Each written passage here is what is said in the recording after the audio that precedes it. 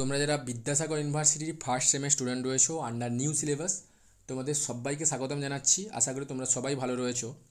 তো বেসিক্যালি তোমরা অনেকেই আমাকে মেসেজ করছো হোয়াটসঅ্যাপে, অনেকেও ইউটিউবে কমেন্ট দেখলাম যে তোমাদের সাজেশনস যারা ফার্স্ট সেমিস্টারের স্টুডেন্ট রয়েছো আন্ডার নিউ সিলেবাস এনইপি সাজেশানটা আপলোড করে দিতে। অবভিয়াসলি দেখো আমি পার্ট 1 অ্যান্ড পার্ট 2 আপলোড করে দিয়েছি, তোমাদের সঙ্গে আমি আলোচনা করে দিয়েছি। আজকে যেটা আলোচনা করব সেটা ফাইনাল সাজেশনস, আর তোমাদের জন্য সাজেশান আসবে না। আর যারা অনলাইনে পড়ছো তোমাদের তো সাজেশান আমি অনেক আগেই প্রোভাইড করে দিয়েছিলাম এবং এভরিথিং নোটস এভরিথিং তোমাদের কমপ্লিট করে দিয়েছি। আর তোমরা যারা আমার ব্যাচের স্টুডেন্ট নয় বা বাইর থেকে তোমরা যারা নোটস কিনতে চাইছো, আমি বলে রাখি এভাবে মেসেজ করো না। অনেক মেসেজ তোমরা করেছো অনেকেই, তো আমি এভাবে নোটস দিই না। ওকে, তোমাকে যদি নোটস নিতে হয় বা এভরিথিং যদি বুঝতে হয় তাহলে অনলাইনে অ্যাডমিশন হতে হবে, সেটা আবার খুব কম টাকাতেই হয়। ওকে, পুরো সেম আমি বলে দিচ্ছি, এখানটাতে অনলি 1000 টাকা নেওয়া হয়, পুরো সেম একবারই পেমেন্ট নেওয়া হয়। এখন আর ফার্স্ট সেমের জন্য কেউ মানে অ্যাডমিশন হতে এসো না, কারণ অলরেডি অ্যাডমিশন ক্লোজড হয়ে গেছে এবং ওদের সিলেবাসও কমপ্লিট করে দেওয়া হয়েছে। আমি নতুন করে কোনো রকম ব্যাচ আমি আবার লঞ্চ করব না, এই কারণে বলছি, কারণ এটা তোমার পক্ষে অসুবিধা, আমারও পক্ষে অসুবিধা। বুঝতে পেরেছো ব্যাপারখানে যেটা বললাম? সো তোমরা সাজেশানসগুলো ফলো করতে থাকো, এখান থেকেই আসবে, আমি এটা কথা দিতে পারি, ঠিক আছে? সো অনেকেই আবার দেখো আমাকে কমেন্ট করছো বা অনেকে জিজ্ঞেস করছো, স্যার আমাদের পেপার কটা রয়েছে? এই রকম কমেন্টের অ্যান্সার দেওয়া বা এরকম আমাকে কোশ্চেন্স করা, এটা খুব বোকা বোকা কমেন্ট বা বোকা বোকা কোশ্চেন্স। এই কারণেই বলছি, তোমার এক্সাম অলওয়েজ কাছে চলে এসছে, তুমি যদি বলো স্যার আমার কোন বই পড়তে হবে, সো এটা খুব একটা ভালো শোনায়, ভালো শোনায় না। সো তোমাদের এটাও ক্লিয়ার আপ নেই অনেকের কাছে, আমি সবার জন্য বলছি না, কিন্তু এটা ক্লিয়ার আপ হয়ে যাওয়াটা দরকার ছিল, তাই না? ওকে, বা যেনার কাছে পড়ছো তিনি সবটাই বলছেন বা তোমরা শুনছো না, তোমরা যাচ্ছ না, কলেজ লাইফকে একবারে বিন্দাস লাইফ নিয়ে নিয়েছো। এটা ঠিক নয়, কারণ তোমাদের জানতে হবে অ্যাকচুয়াল ব্যাপারটা কি, কোন ব্যাপারগুলো পড়তে হবে, কটা পেপার পড়তে হবে, ঠিক আছে? যারা জানো না তোমাদের জন্য আমি ক্লিয়ার আপ করে দিচ্ছি ব্যাপারখানা, শোনো মন দিয়ে। যে দেখো, তোমাদের যে দাদা বা দিদিরা এখন যারা থার্ড সেম, তোমাদের কিন্তু সেম সিলেবাসে কিন্তু ওরা কিন্তু এক্সাম দিয়েছিল, কিন্তু ব্যাপারটা কী ছিল, ওদের যে পেপার ছিল CC1 অ্যান্ড CC2, মানে তোমরা যারা হিস্ট্রি অফ ইংলিশ লিটারেচার বা ফিলোলজিক্যাল পার্টটা আছে বা দ্য ওয়াইফ অফ বাদ আছে, ওটা ছিল ওদের পেপার CC1। দেন যে পোয়েট্রি অ্যান্ড রেটোরিক পসরি রয়েছে, এটা ছিল তাদের পেপার CC2। এই নিয়ে তাদের দুটো পেপার নিয়ে 75 এবং 75-এর এক্সাম হতো। কিন্তু তোমাদের এই পেপারটা কি করেছে, CC1 অ্যান্ড CC2-র প্রত্যেকটা পেপার একসঙ্গে মিলিয়ে দিয়ে তোমাদের মেজর বলে একখানা নাম রেখেছে, ঠিক আছে? তাহলে কি হলো আমাদের কাছে, ইংলিশ মেজর পেপার 1 অনলি 75 মার্কের তুমি এক্সাম দেবে পুরো টপিকটা জুড়ে। বুঝতে পারছো? মানে তাদের যে CC1 CC2 জুড়ে তারা যে দুটো পরীক্ষা দিত 75 তোমাদের কিন্তু একটা দিতে হবে 75। কিন্তু ওভারঅল যদি তোমাকে ক্যালকুলেট করা যায় তাহলে তোমাকে এক্সাম দিতে হবে 400 মার্কের। ওকে, ওরা MDC আছে, AECC আছে, যেগুলো আমি করাচ্ছি অলরেডি, তুমি চ্যানেলে পেয়ে যাবে ব্যাপারখানা কী রয়েছে। ওকে, ACC আছে।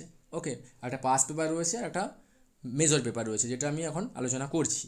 সো বুঝতে পারলে? তাহলে দেখো, টপিক অনেক বড়, ওকে, তোমার মার্কসটা খুব কম। বুঝতে পারছো ব্যাপারখানে আমি কি বলছি? তার জন্য কোশ্চেন লাগানোও কিন্তু খুব সোজা।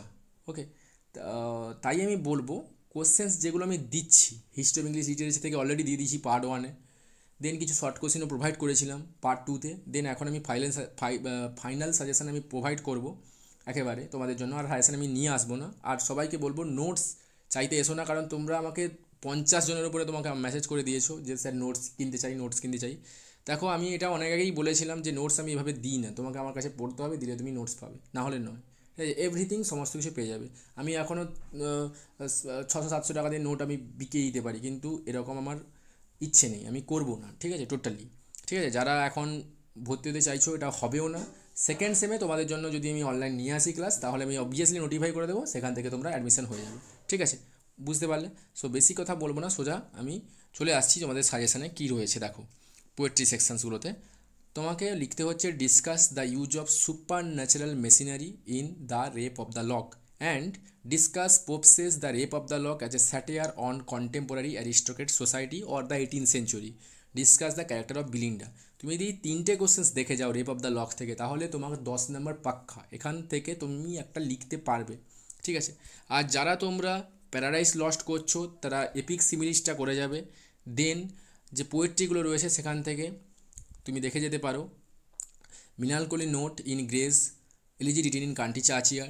দেন তুমি দেখে যেতে পারো critical analyse Marvell's to his coy mistress a metaphysical poem, এটাও খুব ইম্পর্ট্যান্ট।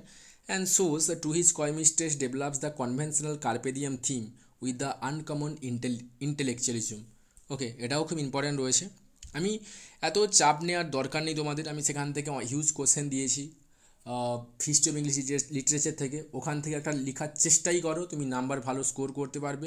আর 1 2 3 যেটা বললাম এখান থেকে করে নিলে তুমি একটা কোশ্চেন্স পেয়ে যাবে। ওকে, আর যদি না রিস্ক নিতে চাইছো তাহলে কিন্তু বাকি কোশ্চেন্সগুলো করে নিতে হবে, ঠিক আছে। বাট কোশ্চেন্স লেগে যাবে তোমাদের 10 মার্কস 10x2 যেটা রয়েছে, কোনো রকমভাবে চাপ নেই, বুঝতে পারলে? মানে 60 মার্কের এক্সাম তোমাকে দিতে হচ্ছে, দেন 10 নম্বরের কলেজে ইন্টারনাল রয়েছে আর 5 মার্কস অ্যাটেন্ডেন্স, এই নিয়ে 75।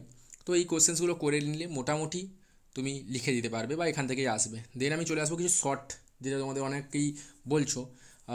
তো দেখো, আর যারা অনলাইনে রয়েছো তারা এটা দেখার দরকার নেই, কারণ অলরেডি তোমাকে আমি 1 মাস আগে দিয়ে দিয়েছিলাম, ঠিক আছে। একই ব্যাপার, সময় নষ্ট করো না, যেগুলো দিয়েছি সেগুলো করো, মক টেস্টগুলো আমার কাছে এখনও দাও শুধু, ঠিক আছে। সো দেখো, রাইট দ্য ফলোয়িং কোশ্চেন্স। প্রথম যে কোশ্চেনে দেওয়া হয়েছে, হাউ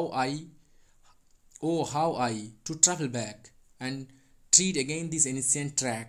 রেট্রিট থেকে নেওয়া, এক্সপ্লেইন করতে বলা হচ্ছে। Vain man said see, where does this line occur and who said this to whom and why was he called the vain man, এটাও খুব ইম্পর্ট্যান্ট রয়েছে।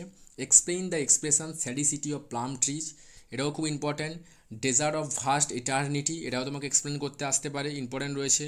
How does Shakespeare's is friend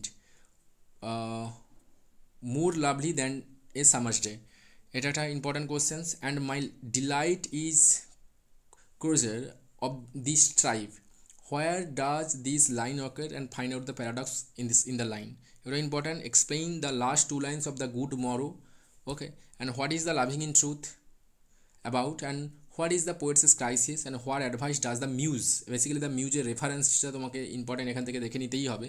discuss the reference of Milton's reference in elegy written in country চাচিয়ার, and how does Shakespeare contradict his love for the dark lady in the concluding couplet of sonnet 130, and what does the poet mean by in the heavens write your glorious name, এটা খুব important রয়েছে। and how many cantos are there in the Rape of the Locks, and how many cantos were published in the first versions, and who was Hampden, খুব important.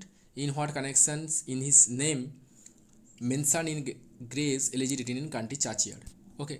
In that state I came and written, in what state did the speaker come, and where does he want to return, and what does the poet imply by the term inventions in loving in truth। এই কোশ্চেন্সগুলো তুমি দেখে যাও, তাহলে 5 marks তোমার কোনো রকম অসুবিধা হবে না। আর অ্যাকচুয়ালি 2 মার্কস কিন্তু ওদের আমি যখন পড়িয়েছিলাম অনলাইনে তখন আমি কিন্তু লিখিয়ে দিয়েছিলাম 2 মার্কসের অ্যান্সারগুলো, এখন আমার মনে নেই। যদি 2 মার্কস ওদের সঙ্গে কাছ থেকে কালেক্ট করতে পারি তাহলে আমি তোমাদের সঙ্গে আলোচনা করব।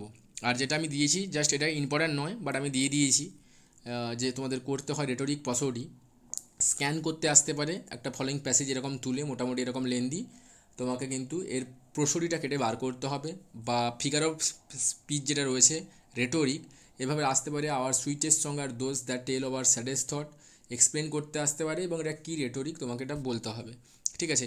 এগুলো জাস্ট কোনো ইম্পর্ট্যান্ট বলাই যায় না, ঠিক আছে। জাস্ট আমি দিয়েছি এভাবে আসবে বলে, জাস্ট তোমাদের যাতে করে কোশ্চেন্স পেপার না পেয়ে ভয় পেয়ে যাও, প্রথমে স্ক্যান করতে আসবে বা ফিগার অফ স্পিচকে এক্সপ্লেন করতে আসবে, ঠিক আছে। এই কোশ্চেন্সগুলো করলে বাবা কোনো রকম ভয় নেই, তুমি বেরিয়ে আসতে পারবে। কলেজে উঠেছো মানে একটু চাপ তো নিতেই হবে, আর 6 মাসের চাপ যদি এক দিনে নিতে চাও তাহলে চাপ তো অবভিয়াসলি হবে, কিচ্ছু করার নেই, ঠিক আছে। থ্যাংক ইউ সো মাচ সবাইকে ওয়ান্স এগেইন।